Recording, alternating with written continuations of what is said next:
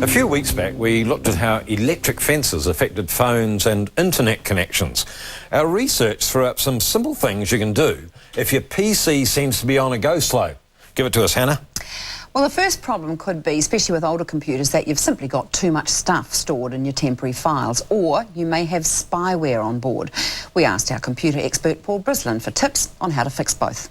The easy way is nice and straightforward. You go on into the Start button, all programs, all the way up the list to Accessories, and then down to System Tools, and then down to Disk Cleanup.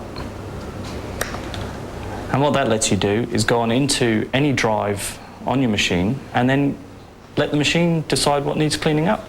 So again, to clean up those overloaded files, go to Start, All Programs, Accessories, System Tools and Disk Cleanup. You should see, next time you reboot the machine, next time you start it, you'll see things should run an awful lot more smoothly, and that will help. And faster? Much faster, hopefully. That's if this is your problem. There are other things that can slow your machine down. And spyware may be one of those other things Paul refers to. This is where, for example, you might download something like these harmless-looking little email icons. And in the background, without you being aware of it, this extra program is being downloaded. And spyware will quite often, the nastier stuff is really nasty. It will monitor your keystrokes.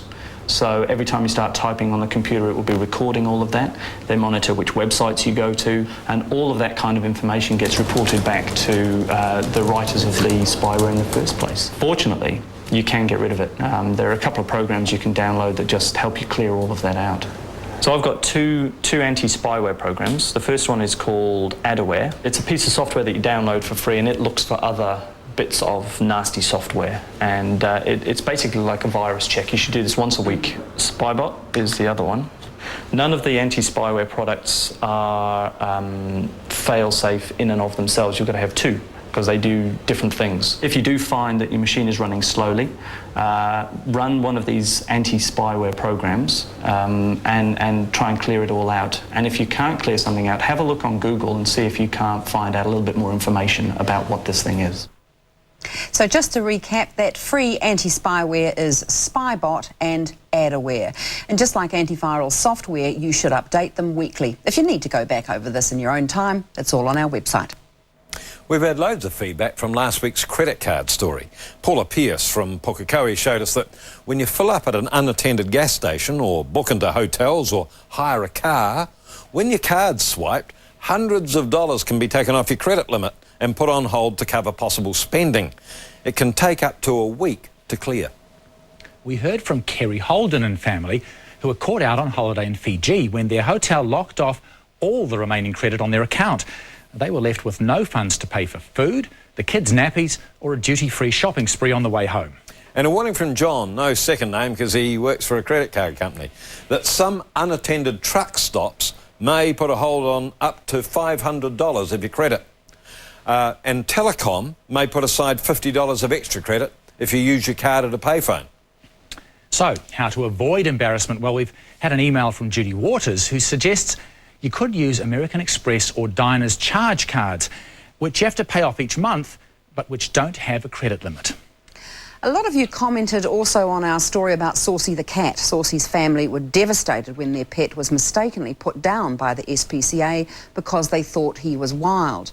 Mari Cooney tells us that caging cats isn't a new problem.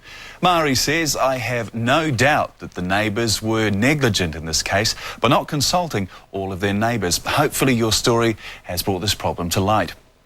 And Angelina Brazel writes, hopefully this sad incident has really shaken up the SPCA and their practice standards, and no more families have to unnecessarily lose a loved pet. Several of you have also asked why Saucy wasn't wearing a collar. Well, his family tell us they had safety worries about him wearing one and getting caught in trees and so on. But their next cat, they say, will wear one.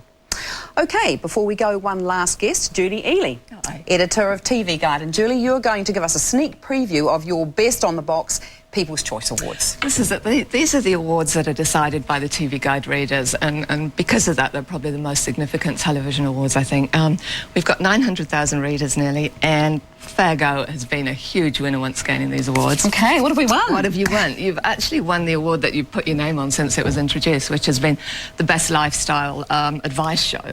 But the new award this year has been a Best Presenter sort of general category instead of a news category, and that has gone to Kevin by an overwhelming majority. It's just incredible. Yeah. and I think the interesting thing, which Kevin will probably love, is that he's beaten Simon Dallow, who was TV's sexiest man. So I'm not sure what that says. Well, thank you very much, Gillian.